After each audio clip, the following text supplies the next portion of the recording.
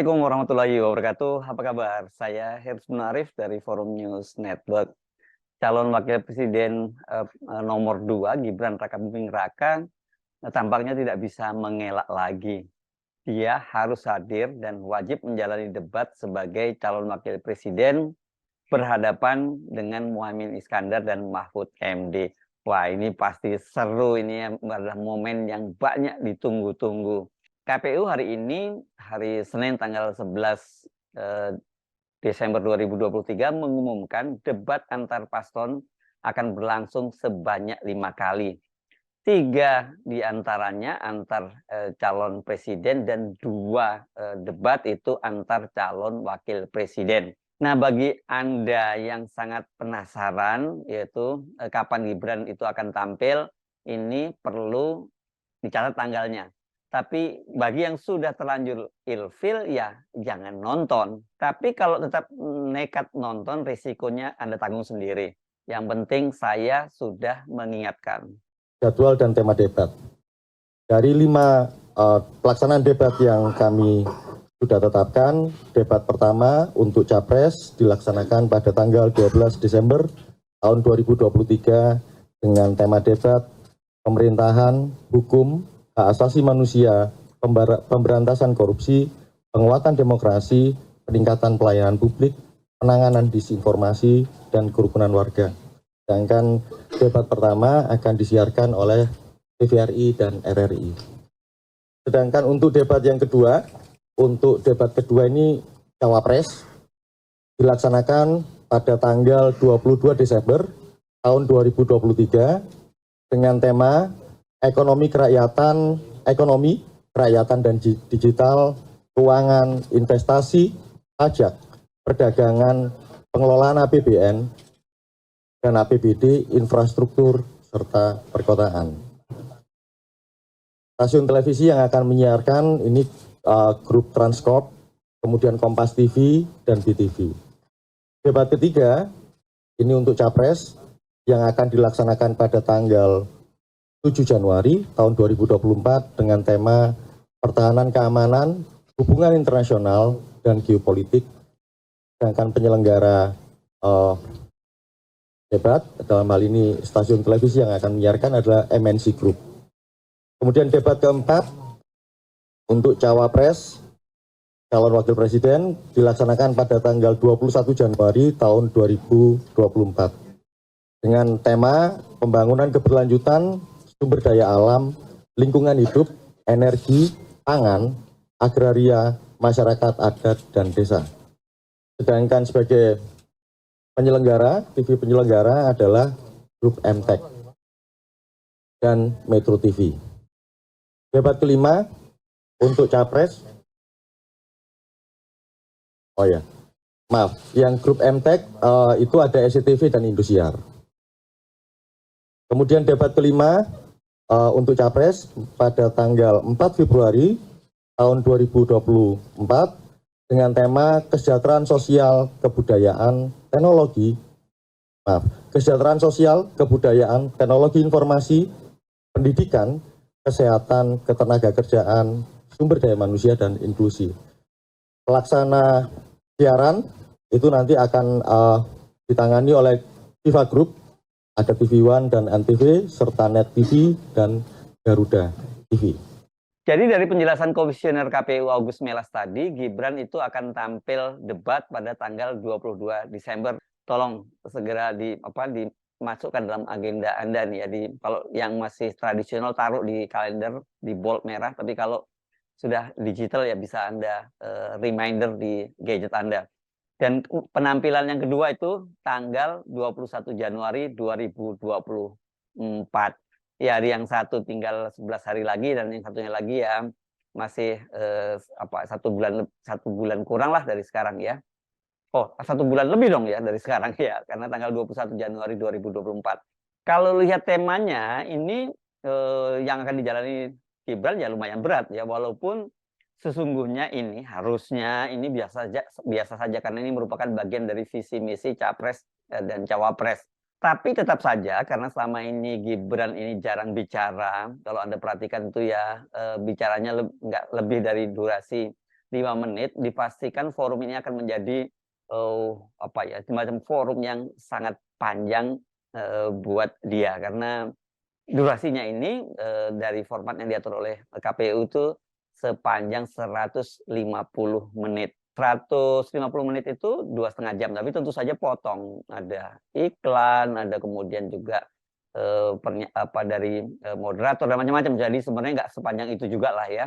Tetapi yang menjadi masalah seperti dikatakan oleh Ketua KPU Hasyim Asyari, formatnya itu akan lebih banyak tanya jawab antar kandidat. Nah ini yang saya kira ngeri-ngeri sedap ini. Ya, perlu kami tegaskan lagi, tampil itu maksudnya tampil yang berdebat ya.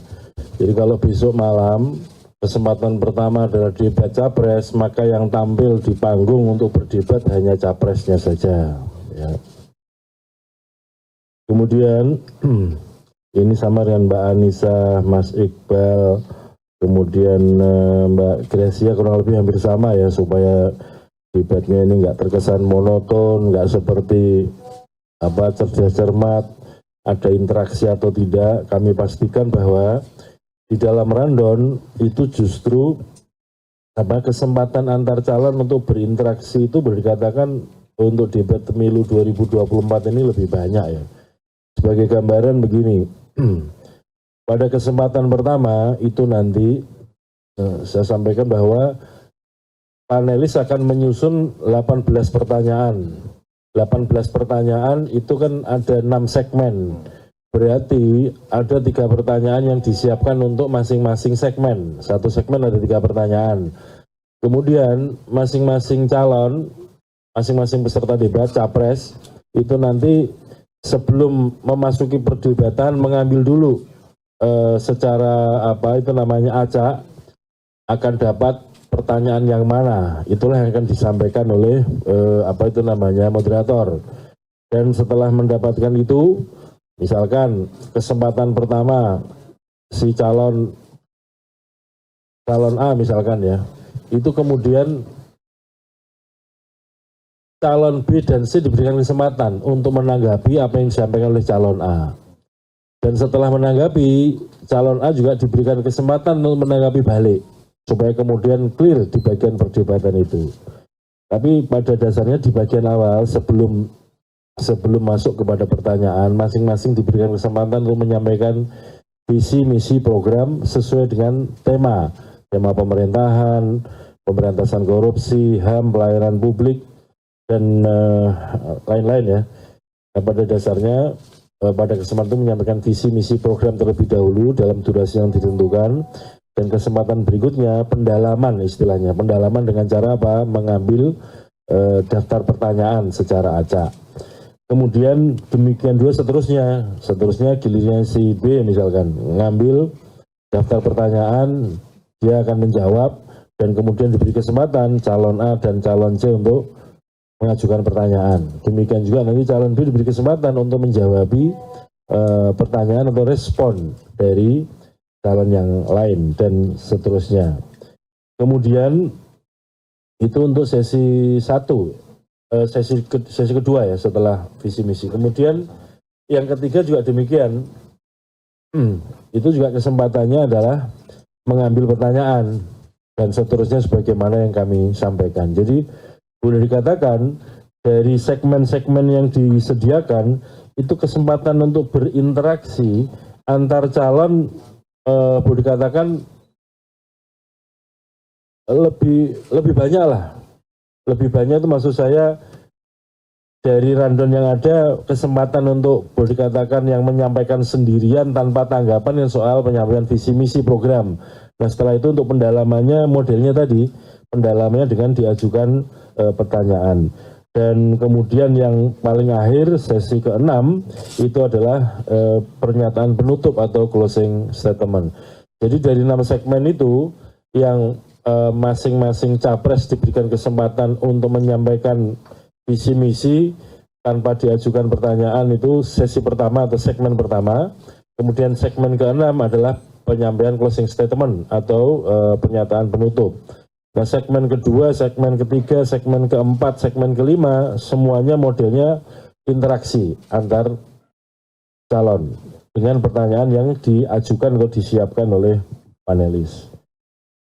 Sehingga dengan begitu diharapkan nanti ada kesempatan calon itu menyampaikan pandangan-pandangan tertentu terhadap tema yang telah ditentukan sesuai dengan pertanyaan yang diperoleh melalui acak tadi itu, dan kemudian calon yang lain diberi kesempatan untuk menanggapi, dan calon yang menjawab pertanyaan tadi diberikan kesempatan untuk menjawab bagian akhir untuk menanggapi tanggapan-tanggapan dari masing-masing calon yang lain. Gambarnya demikian, sehingga segmen 2, 3, 4, dan 5 itu boleh dikatakan semuanya interaktif lah antar calon, tentu dipandu oleh moderator. Kendati mewajibkan Gibran hadir dalam debat, tampaknya Komisi Pemilihan Umum, kalau kita simak tadi dari pernyataan Hasyim Asyari, ya masih tetaplah mencoba melindungi Gibran, karena pertanyaan-pertanyaan tadi kan katanya sudah disiapkan oleh panelis, dan kemudian kandidat lawan itu akan mengambil undiannya, itu ambil semacam undian, itu ngambil pertanyaannya dari situ. Jadi nggak boleh bergeser dari pernyataan yang sudah disiapkan oleh panelis, dan KPU telah menunjuk sebanyak 12 orang panelis, dan terbanyak itu dari lingkungan perguruan tinggi. Jadi ya jangan berharap akan ada pertanyaan tajam dari moderator dan kandidat lain.